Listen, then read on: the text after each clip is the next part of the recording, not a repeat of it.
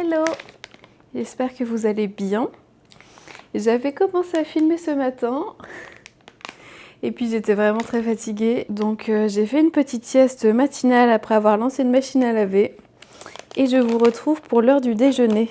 Il est midi, je traîne encore en pyjama. Ça va être une journée, pas une journée de la flemme parce qu'il faut quand même que je fasse quelque chose là pour me remettre de notre voyage à New York. On a rendu visite à des amis. On est parti un bon petit 3-4 jours. C'était vraiment sympa.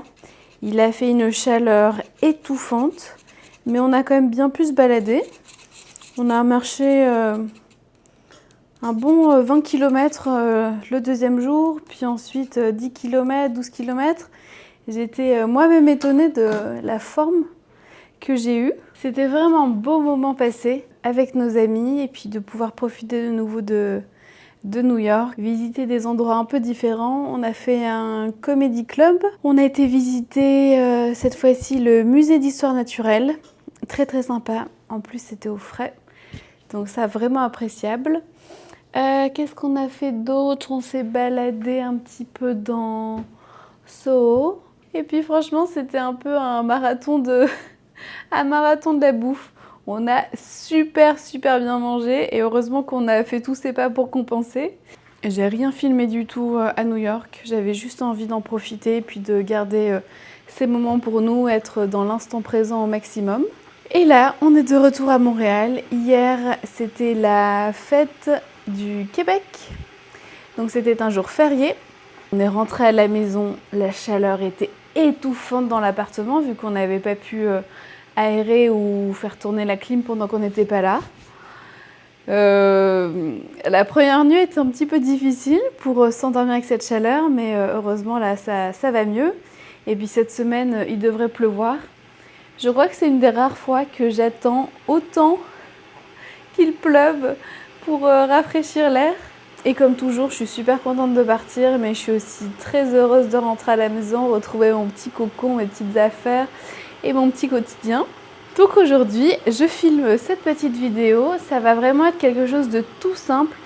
Il n'y a rien de prévu, ça va être des moments du quotidien tout doux. Il faut que je fasse des petites machines à laver. Ce matin, j'ai travaillé un petit peu sur l'ordinateur. Je vais vous montrer aussi les achats bébés qu'on a fait à New York dans un magasin d'une marque française que j'adore. J'ai quasiment fini le livre de Virginie Grimaldi.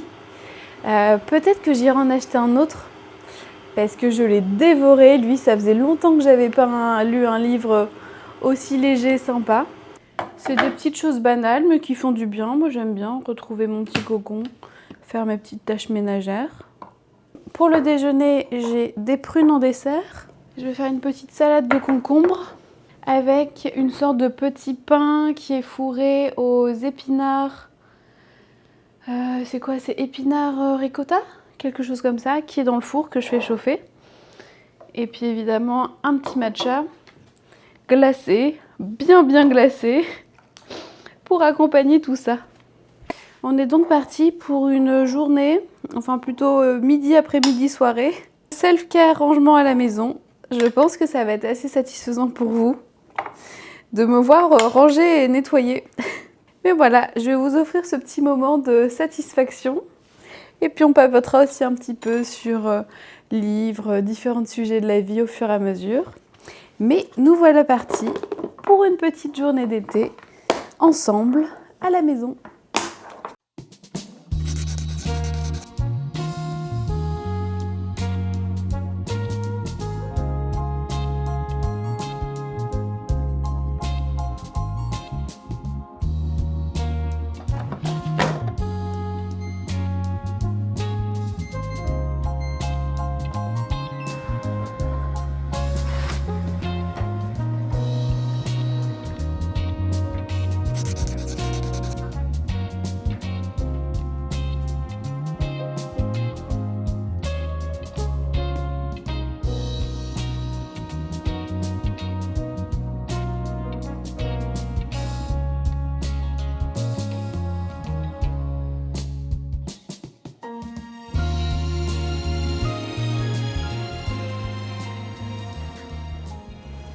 Je voulais vous montrer ce qu'on avait acheté chez Jacadi à New York. Jacadi, c'est une marque française de vêtements pour enfants trop mignonne. Et on avait envie d'acheter une tenue de naissance qu'on puisse réutiliser pour chacun de nos enfants plus tard. Donc on a opté, c'était tellement mignon, pour un petit pyjama comme ça. Un petit pyjama avec des petits ours gris. Et un joli petit col. Ça sera la tenue sûrement pour sortir de la maternité. Et puis ensuite, il y a un autre ensemble que mon amoureux aimait beaucoup. C'était ce petit ensemble avec pantalon et petit gilet blanc comme ça. Touc. Trop chou. Et sur le gilet, c'est écrit mon cœur. Voilà, tout blanc, tout simple. Ça va être trop chou. Là, on s'est vraiment fait plaisir avec ces petites tenues. J'avais aussi commandé un tapis allongé de voyage qui va vraiment être pratique quand on va se déplacer. Et ce qui est trop cool, c'est qu'il ne prend pas de place avec une petite pression compacte à glisser dans le sac allongé. Bah alors,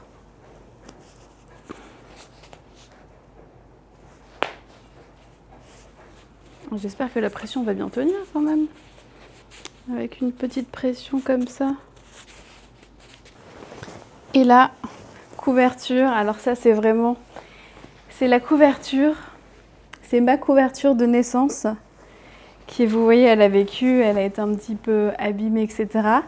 Mais en fait, elle avait été fabriquée au Vietnam par des petites bonnes sœurs. Et j'adore parce que ce côté-là, c'est un petit patchwork. Et là, c'est un motif tout simple fleuri. Et ça, bah, je l'ai depuis des dizaines d'années, hein, depuis ma naissance. Donc je l'ai lavé avec de la lessive bébé. Comme ça, on l'emmènera pour la maternité. Même si honnêtement, je pense qu'il va faire tellement chaud cet été que ce ne sera pas très utile. Voilà, un petit objet qui va se transmettre dans la famille. Je trouve ça hyper émouvant, les objets comme ça. Et ben voilà, tout ça avance.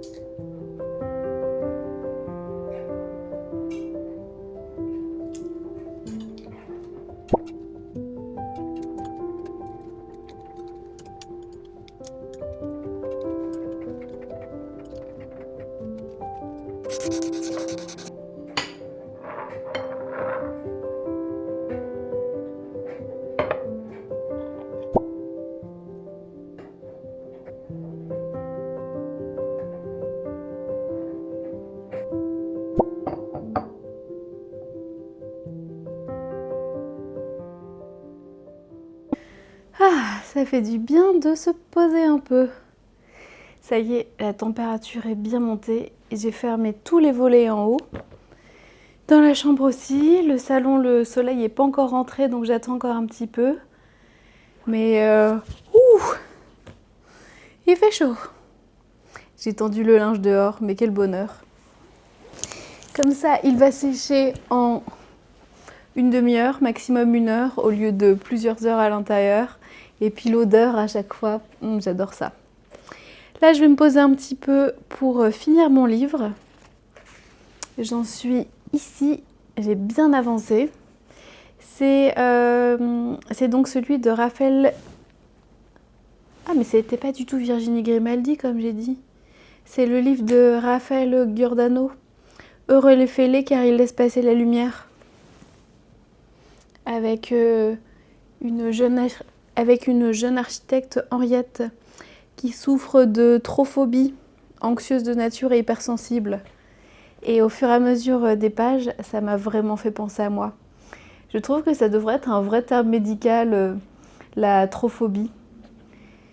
Parce que c'est vraiment ce que je ressens parfois. Par exemple, là, on a passé quelques jours à New York. Donc, on était avec du monde tout le temps. C'était vraiment bien, on a passé des super moments.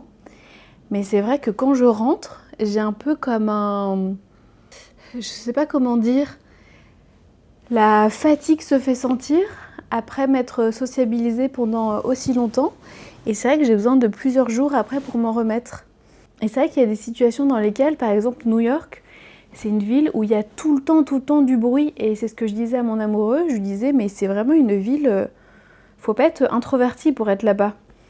Il faut pas non plus être hypersensible parce qu'on est constamment sollicité par tout, que ce soit visuel, que ce soit auditif. Et c'est vrai que c'est épuisant.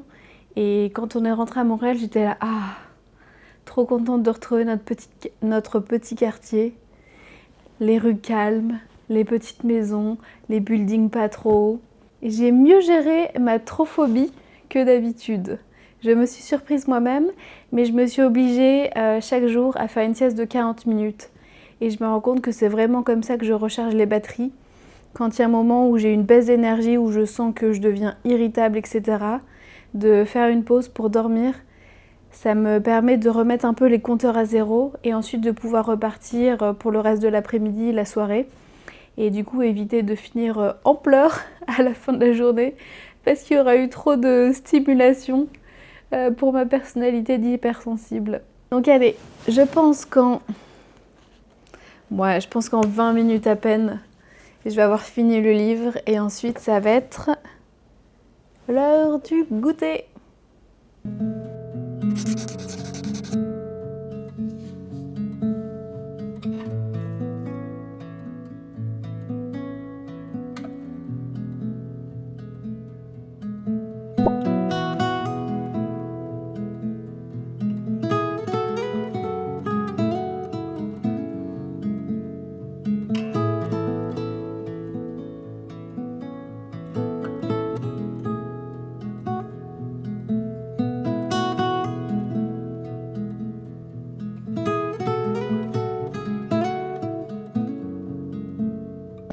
Bon et bah ça y est, j'ai fini le livre.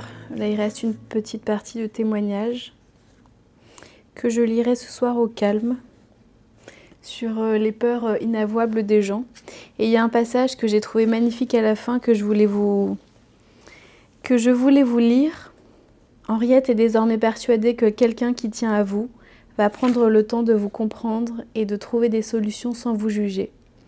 Qu'il faut être doux avec soi et s'aimer tel que l'on est, aussi avec ses particularités et ses failles.